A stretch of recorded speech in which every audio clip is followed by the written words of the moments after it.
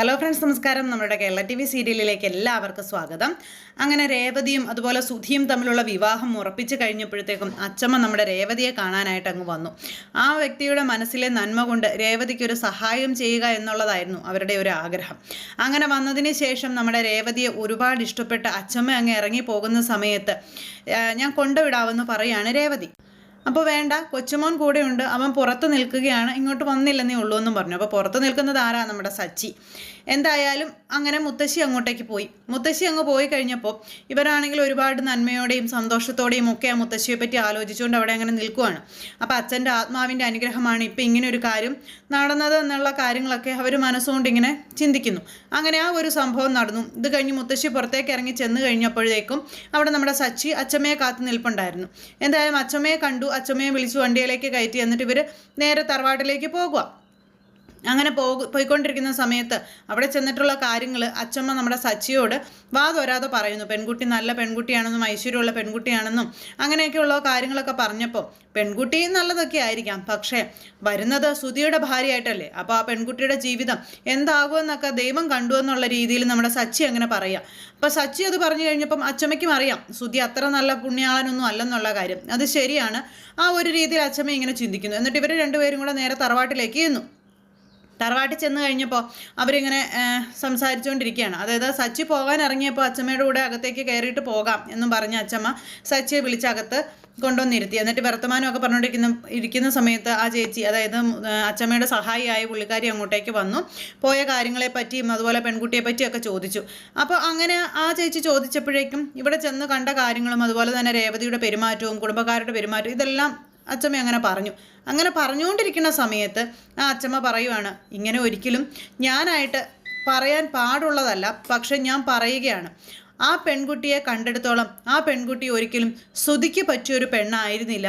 ആ പെൺകുട്ടി ശരിക്കും നിനക്ക് പറ്റിയൊരു പെണ്ണായിരുന്നു എന്നിങ്ങനെ പറഞ്ഞു. അത് കേട്ടപ്പോൾ നമ്മുടെ സച്ചിയുടെ മുഖം അങ്ങോട്ട് വല്ലാതായി. സച്ചി ഇരുന്നിടത്തുനിന്ന് ചാടി എഴുന്നേറ്റു. അച്ചമ്മ എന്തൊക്കെയാ ഈ പറയുന്നതെന്ന് ചോദിച്ച്. അതേടാ മോനെ, ആ പെൺകുട്ടിയുടെ സ്വഭാവ നന്മ അല്ലെങ്കിൽ ആ പെൺകുട്ടിയുടെ അച്ചടക്കം ഐശ്വര്യം അതൊക്കെ വെച്ച് നിനക്ക് ചേരുന്ന ഒരു പെൺകുട്ടിയായിട്ടാണ് അവളെ എനിക്ക് തോന്നിയതെന്നുള്ള കാര്യം പറയാം. അതൊരിക്കലും നേരായ ഒരു രീതിയിൽ തോന്നിയതല്ല, അതെനിക്കറിയാം. അങ്ങനെ ഒരിക്കലും നിങ്ങളുടെ അച്ചമ്മ എന്നുള്ള നിലയ്ക്ക് ഞാൻ ചിന്തിക്കാൻ പോലും പാടില്ലാത്തതാണ്. പക്ഷേ എൻ്റെ മനസ്സിൽ അവളെ കണ്ടപ്പോൾ തന്നെ നിൻ്റെ പെണ്ണായി വരേണ്ടവളായിരുന്നു അവളെന്നാണ് തോന്നിയതെന്ന് ഇങ്ങനെ പറഞ്ഞു. അത് കേട്ടപ്പോൾ അച്ചമ്മ എന്തൊക്കെ പറഞ്ഞാലും അതൊക്കെ വാ പൂട്ടി ഞാൻ കേൾക്കാറേ ഉള്ളൂ, അല്ലെങ്കിൽ അച്ചമ്മയ്ക്ക് കൂടെ നിൽക്കാറേ ഉള്ളൂ. പക്ഷേ ഇതുപോലത്തെ ഉള്ള കാര്യങ്ങളൊന്നും അച്ചമ്മ എന്നോട് ഇനി മേലെ പറയരുതെന്നും പറഞ്ഞുകൊണ്ട് സച്ചി അച്ചമ്മയോട് ഇഷ്ടമല്ലാത്ത രീതിയിൽ സംസാരിച്ചു.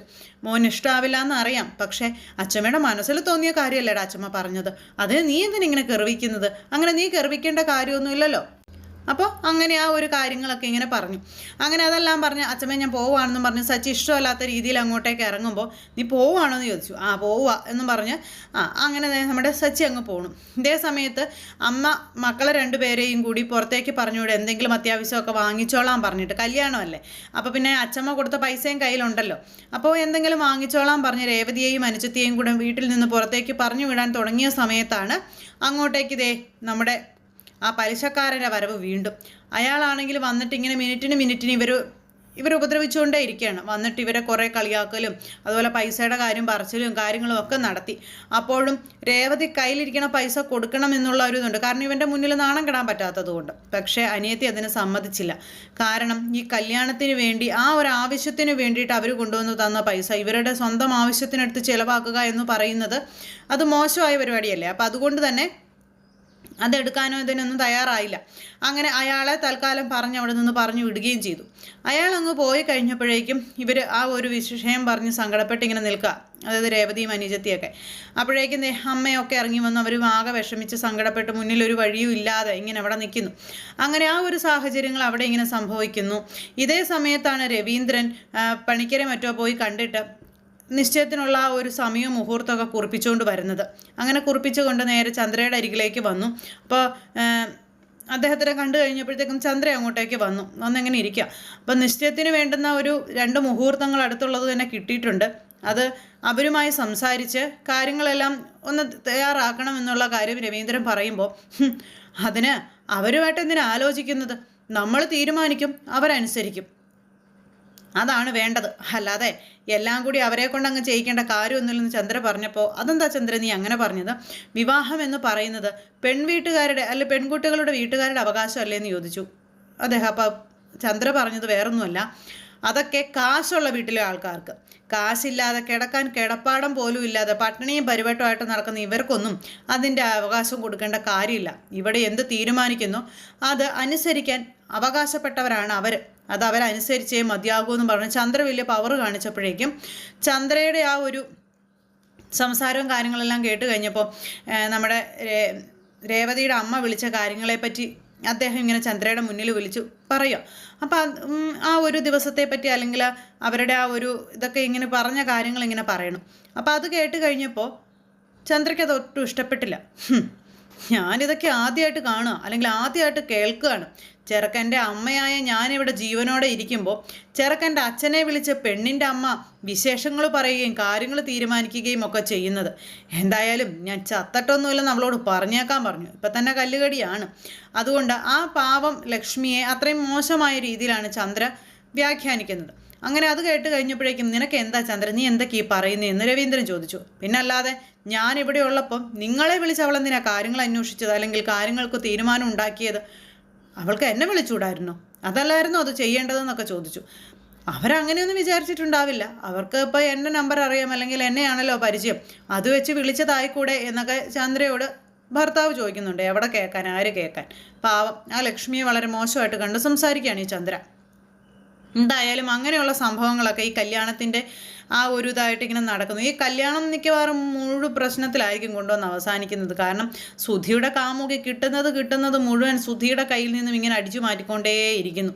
അങ്ങനെ എല്ലാം സുധി വിട്ടുവീഴ്ചകളോട് കൂടി കാമുകിക്ക് കൊടുത്തുകൊണ്ടിരിക്കുന്നു. സുധിയെ വിറ്റ കാശ് കാമുകിയുടെ കയ്യിലുണ്ടെന്ന് പൊട്ടൻ സുധിക്ക് അറിയില്ല.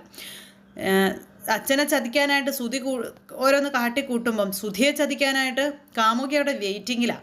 അപ്പോൾ എന്തായാലും അങ്ങനെയുള്ളൊരു സംഭവം കഴിഞ്ഞു. ഇത് കഴിഞ്ഞതിന് ശേഷം നമ്മുടെ സച്ചി അങ്ങനെ അച്ഛമ്മയുടെ അടുത്ത് നിന്ന് ഇറങ്ങി കഴിഞ്ഞപ്പോഴത്തേക്കും വീണ്ടും ഓരോ പ്രശ്നങ്ങൾ കണ്ടും കേട്ടും പ്രശ്നങ്ങളിൽ ചെന്ന് ചാടുകയാണ് സച്ചി.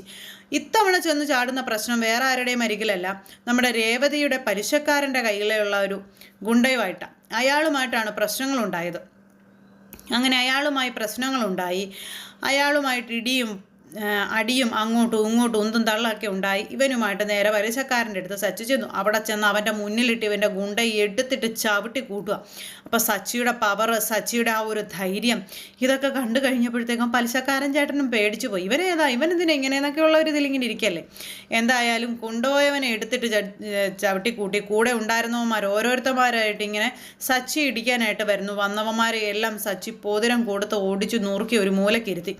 എന്നിട്ട് ഈ പലിശക്കാരനും അവസാന താക്കീത് കൊടുത്തു, മര്യാദയ്ക്ക് മുന്നോട്ട് പോയിക്കൊള്ളണം എന്നുള്ളൊരിതിൽ.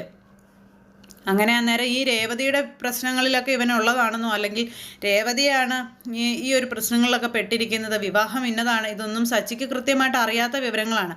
കണ്ണിൽ കാണുന്നത് എന്തോ അത് ന്യായത്തിന് വേണ്ടിയിട്ടാണെങ്കിൽ അതിന് വേണ്ടി നമ്മുടെ സച്ചി ഇറങ്ങി പുറപ്പെടും. അപ്പോൾ അങ്ങനെയൊക്കെയുള്ള ഇത്. അപ്പോൾ ഇനിയിപ്പോൾ മിക്കവാറും സുധിയെ മാറ്റി നിർത്തിക്കൊണ്ട് നമ്മുടെ രേവതി സച്ചിയുടെ ഭാര്യയായി തന്നെ ആ തറവാട്ടിലേക്ക് എത്തും. അതിനൊക്കെയുള്ളൊരു മുൻകരുതൽ അല്ലെങ്കിൽ മുന്നോടി എന്നുള്ള രീതിയിലാണ് ഓരോ കാര്യങ്ങളും ഓരോ നിമിഷവും ഇങ്ങനെ വന്നുകൊണ്ടിരിക്കുന്നത്. അപ്പോൾ ആ ഒരു സുന്ദര നിമിഷത്തിനായി നമുക്ക് കാത്തിരിക്കാം. എല്ലാവർക്കും നല്ലൊരു ദിവസം ആശംസിക്കുകയാണ്. എല്ലാവരുടെയും സപ്പോർട്ടിനും സ്നേഹത്തിനും ഒത്തിരി നന്ദി അറിയിക്കുന്നു. സൂപ്പർ ഹിറ്റ് കഥയുമായി കാണുന്നത് വരെ എല്ലാവർക്കും നന്ദി. അടുത്ത സൂപ്പർ ഹിറ്റ് കഥയുമായി കാണാം. എല്ലാവർക്കും നന്ദി. അപ്പോൾ നമ്മുടെ പ്രമോ എല്ലാവർക്കും ഇഷ്ടപ്പെട്ട് കാണുമെന്ന് വിശ്വസിക്കുന്നു. എല്ലാവർക്കും താങ്ക്